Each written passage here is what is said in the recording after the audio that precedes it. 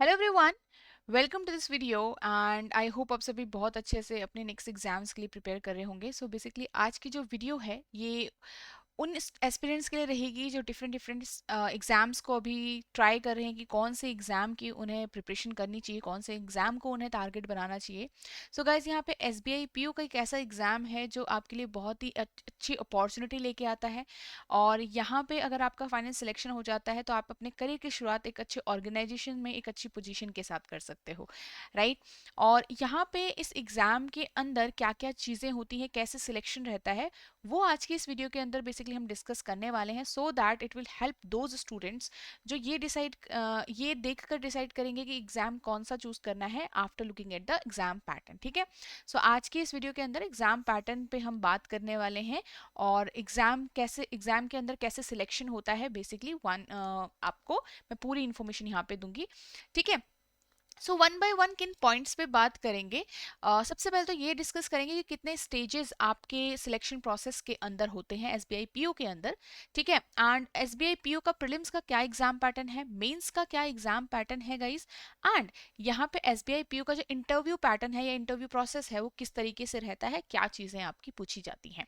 And ये जो video है आपकी हेल्प करेगी उन स्टूडेंट्स को एक सही डिसीजन पर आने के लिए जो ये देख रहे हैं कि कैसे एग्जाम पैटर्न रहता है और उस हिसाब से वो एक सही डिसीजन ले पाए कि अभी मुझे एसबीआई पीओ को टारगेट करना है। ठीक है, और जो भी आपके इंपॉर्टेंट सब्जेक्ट्स हैं और सेक्शंस हैं उनकी आप अच्छे से प्रिपरेशन कर पाएं। ओके, सो ये वीडियो आपको एक अच्छे से हेल्प करेगा कि आपको कौन सा टारगेट 2026 के अंदर चूज करना चाहिए अपने कॉम्पिटेटिव एग्जाम्स के लिए। ओके, सो बिफोर स्टार्टिंग, अगर आप एक पहली बार एग्जाम दे रहे हैं, बिगिनर हैं आप कम्प्लीटली, तो ये जो ई बुक्स आपके सामने दिख रही हैं ये आपको प्रीवियस ईयर के लिए हेल्प करेगी, प्रीवियस ईयर क्वेश्चंस में।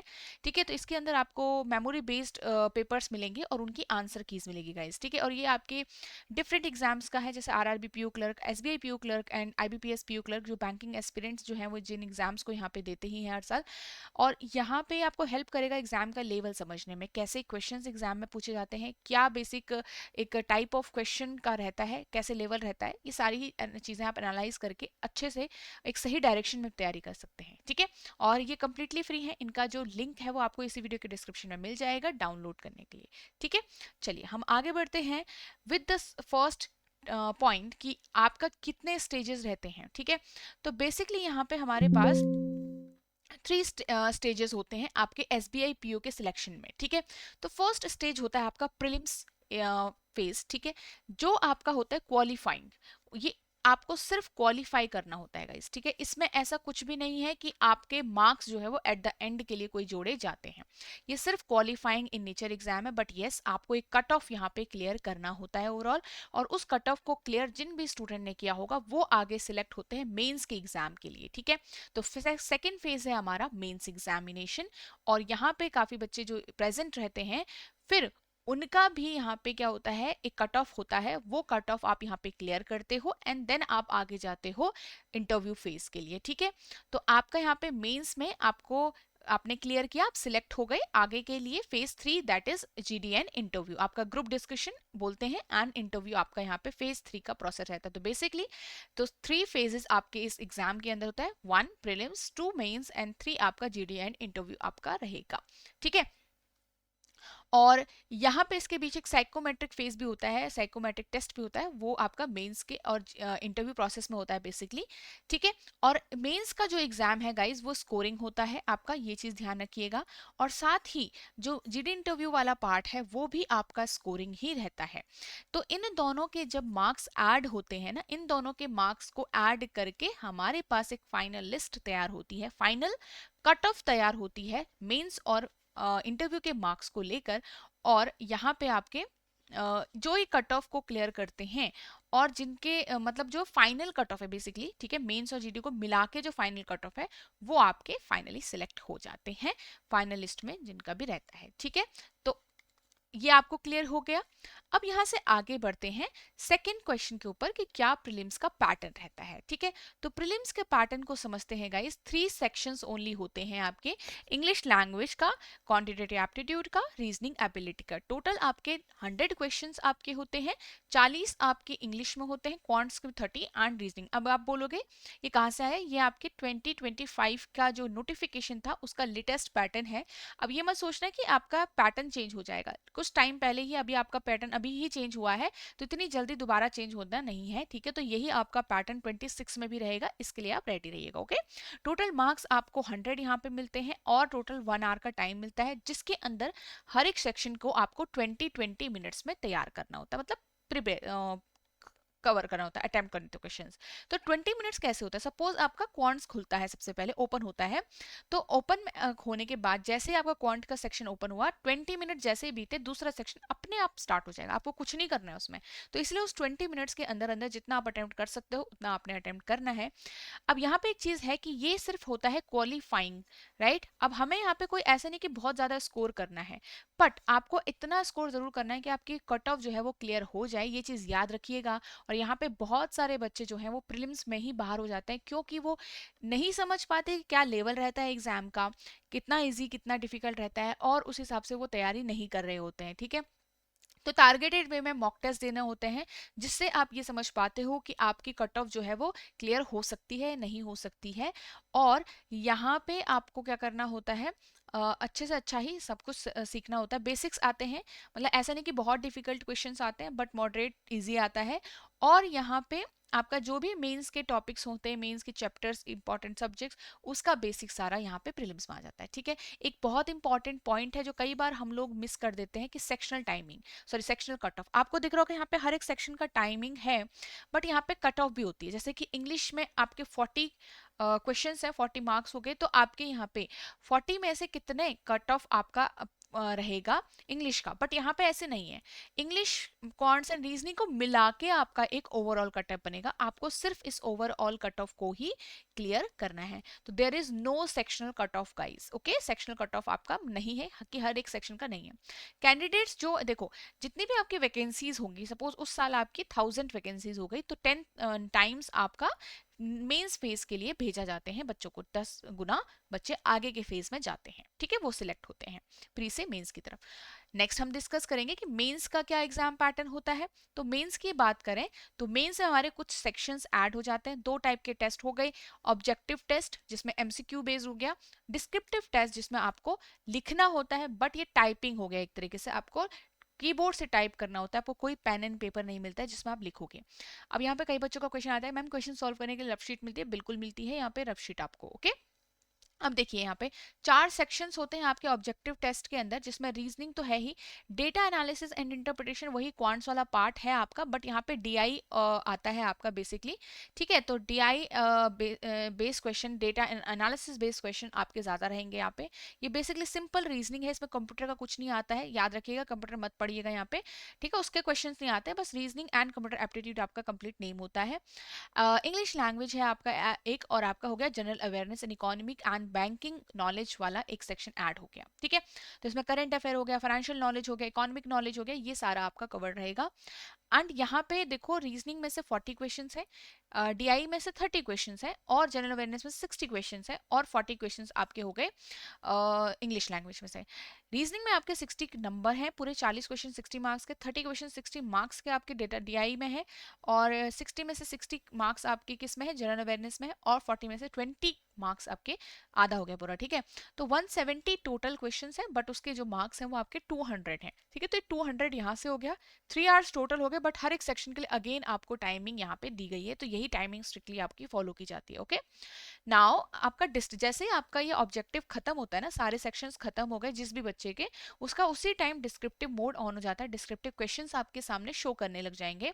डिस्क्रिप्टिव के अंदर आपके ये ऑप्शंस होते हैं, कम्युनिकेशन स्किल्स आपका बेसिकली है, तो आपका ईमेल्स होंगे, रिपोर्ट्स होता है, सिचुएशन एनालिसिस एंड प्रेसी राइटिंग होती है। बट ये 4 टॉपिक आपको दिए हैं, तो 4 में से 3 ही आपको यहाँ पे करने होते हैं। जैसे आपका 2 मैंडेटरी होते हैं, और सिचुएशन एनालिसिस और आई थिंक प्रेसी राइटिंग में से एक को चूज करना होता है। और ऑप्शंस मतलब जैसे ईमेल है तो ईमेल के दो ऑप्शन होंगे कि ईमेल आप दो क्वेश्चंस में से एक चूज कर सकते हैं, ऐसे रिपोर्ट में दो क्वेश्चन में से एक चूज कर सकते हैं, ऐसे बाकी के लिए भी।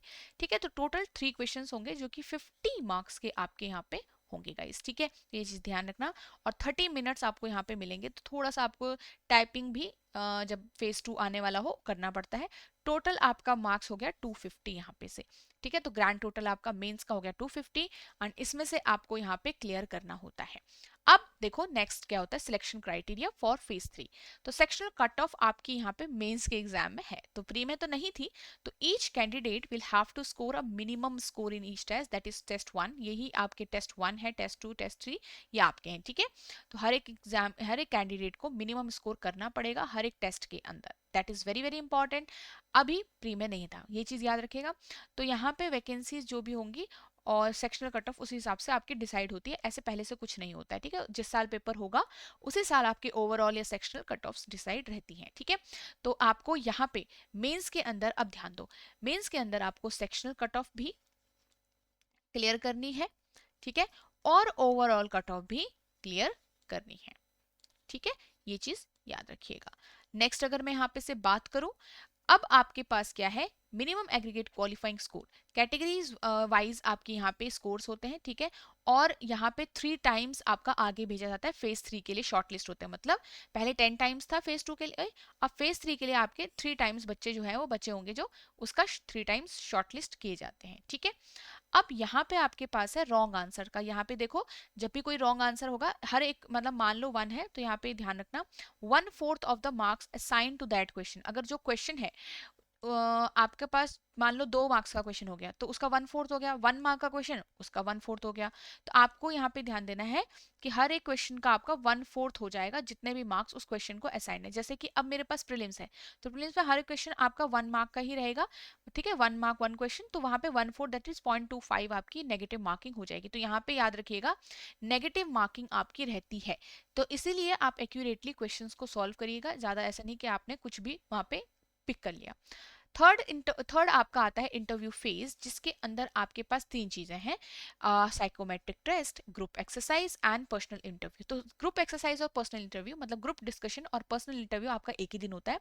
साइकोमेट्रिक टेस्ट आपका अलग से होता है, और ये आपका सिर्फ क्वालिफाइंग, आप देख सकते हो ये आपका टेस्ट जो कंडक्ट होता है जो आपके ओनली फॉर दो स्टूडेंट। ठीक है, याद रखो, जो कि आपके जो वही स्टूडेंट यहाँ पे इस टेस्ट को देंगे जो आपके फेज 3 के लिए मतलब इंटरव्यू के लिए शॉर्ट लिस्ट हुए हैं।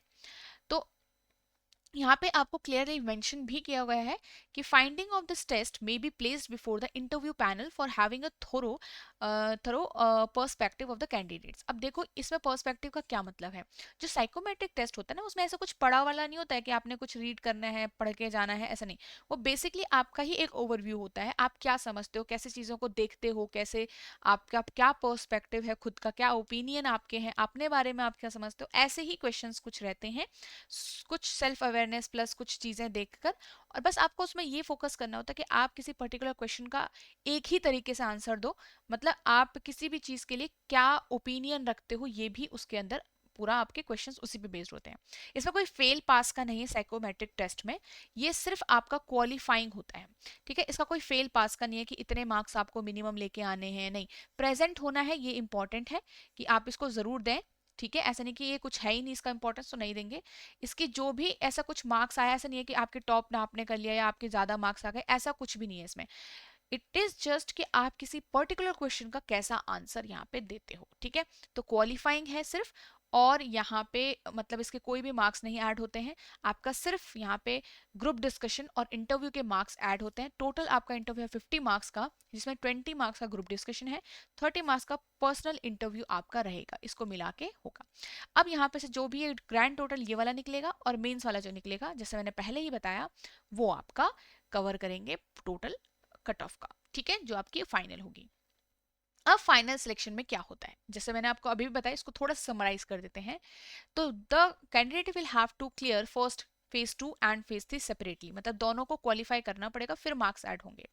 जो मार्क्स आपके मेंस में होंगे, और जो याद रखिएगा ऑब्जेक्टिव डिस्क्रिप्टिव दोनों के अंदर, ठीक है, दोनों के अंदर आपको करना है। यहाँ पे कट ऑफ के टाइम पे भी लिखा हुआ था कि आपकी जो कट ऑफ है वो डिस्क्रिप्टिव में भी क्लियर रहनी चाहिए, ठीक है। तो आपका जब तक फेज 3 में आपके जो मार्क्स हैं और जो मेंस में मार्क्स हैं उसके हिसाब से ही आपका यहाँ पे होगा। प्रीलिम्स के कोई भी मार्क्स यहाँ पे ऐड नहीं होते हैं, ठीक है, मैंने आपको बता दिया। अब जब यहाँ पे मेंस और इंटरव्यू के मार्क्स दोनों के जोड़े जाते हैं तो वो पूरा आपका कंप्रेस करके 100 में से निकल, जो फाइनल कट ऑफ है अब वो आपकी 100 में से आती है। अब 250 का तो उसका पेपर था, यहाँ पे आपका 100 का पेपर था, 50 का पेपर था, तो अब वो पूरा कंप्रेस करके उसका कितना हो जाएगा आपका, और 100 में होता है, जैसे नॉर्मलाइज जो पूरा आपका हो गया 100 में हो गया, ठीक है। यहाँ से 75 के रेशियो 75:25 के उसमें आ गया ये, ठीक है। तो यहाँ पे 75 इसका आ गया हिस्सा, 50 का 25 हिस्सा इसका आ गया, ओके। अब यहाँ से आप आगे जाओगे तो ये 100 टोटल आपका बन गया, ठीक है, 100 टोटल आपका बन गया। तो फाइनल मेरिट लिस्ट जो आपकी बनेगी 100 में से बनेगी, ये चीज ध्यान रखिएगा, ओके। चलो, तो यहाँ पे तभी हमारा क्या होता है, कई बार हमने मेंस क्लियर कर लेता है, इंटरव्यू में अच्छे मार्क्स नहीं आते, तो हमारा वो क्या होता है, जो फाइनल कट ऑफ जाती है ना उसमें हमारा फाइनल सिलेक्शन रुक जाता है, जबकि हमारा मेंस क्वालिफाई हुआ होता है, ठीक है, ठीक मार्क्स से भी, पर हमारा इंटरव्यू ऐसा हुआ होगा कि शायद हमारे उसने मार्क्स नहीं आए होंगे और दोनों को जब ऐड किया होगा तो फाइनल कट ऑफ उस मार्क्स ने क्लियर नहीं की होगी, ठीक है, उस बच्चे ने, ओके। तो ये चीज रहती है। सो आई होप यहाँ पे आपको सारी चीजें क्लियर हो गई। तो अगर आपके जैसे 100 में से वो फाइनल कट ऑफ क्लियर हो जाता है तो आप यहाँ पे से फिर कंप्लीटली सिलेक्ट हो जाते हो। फिर उसके बाद आपकी बैंकिंग वगैरह, जो बैंक होता है ब्रांच होती है जो आपको मिल जाता है, उसके बाद आपकी ज्वाइनिंग वगैरह होती है, ठीक है। उसके बाद जहाँ भी आपका पोस्टिंग वगैरह होती है वो आप वहाँ पे देखते हो, ओके। चलिए, तो फिर इसके बाद 2 साल का प्रोबेशन आपका क्लियर हो जाता है। एंड आई होप ये सारी ही चीज़ें आपको अच्छे से क्लियर हो गई होंगी। मैंने आपको 1 बाय 1 अच्छे से सारी चीज़ों को समझा दिया है।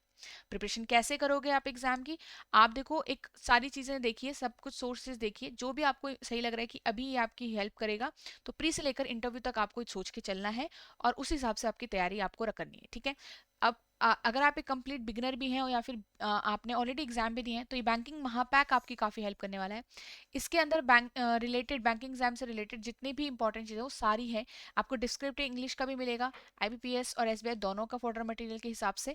क्वांट रीजनिंग इंग्लिश की आपको रिकॉर्डेड वीडियोस मिलेंगी, ठीक है, आप देख सकते हो, full length mock test, mini mock test, सारी चीज़ें, टॉपिक वाइज टेस्ट आपके यहाँ पे। तो ये सारे ही जो डिलीवरेबल्स हैं वो आपके एग्जाम्स के लिए हैं इंपॉर्टेंट, और ये सारी ही आपको इस बैंकिंग महापैक के अंदर मिलने वाला है, ओके। तो आप कैसे एनरोल करोगे, इसी वीडियो के डिस्क्रिप्शन में लिंक मिल जाएगा, या फिर edutap.in वेबसाइट भी विजिट कर सकते हैं। यहाँ पे आपका वैलिडिटी भी है, उस हिसाब से आप चूज कर सकते हो। लेट मी शो यू कि अगर आपको यहाँ पे edutap.in वेबसाइट पे जाओगे, तो ये वेबसाइट है आपकी, ठीक है। इसके अंदर आपको कोर्सेज पे जाके बैंकिंग कोर्सेज चूज करना है, ठीक है। तो बैंकिंग कोर्सेज आपने चूज किया, स्क्रॉल डाउन आप करोगे थोड़ा सा, यहाँ पे आपको एक कोर्स दिख जाएगा। और if you are someone who is also preparing for RBI, तो आरबीआई के लिए भी आपके पास यहाँ पे कॉम्बो कोर्स है, तो अलग अलग परचेज करने की जरूरत नहीं पड़ेगी फिर आपको। ये फेज़ 1 एंड फेज़ 2 आरबीआई का इसके अंदर आप कवर कर सकते हो। डिटेल्ड इस कोर्स की यहाँ पे नो मोर का ऑप्शन आपको दिखेगा, ये नो मोर पे जाके आप और भी सारी डिटेल्स जो है वो इस कोर्स पर्टिकुलर कोर्स के बारे में जान सकते हो। There are demo lectures also, demo lectures भी आप देखोगे कंप्लीटली फ्री हैं। These are the details what you will be getting in this particular course, ठीक है।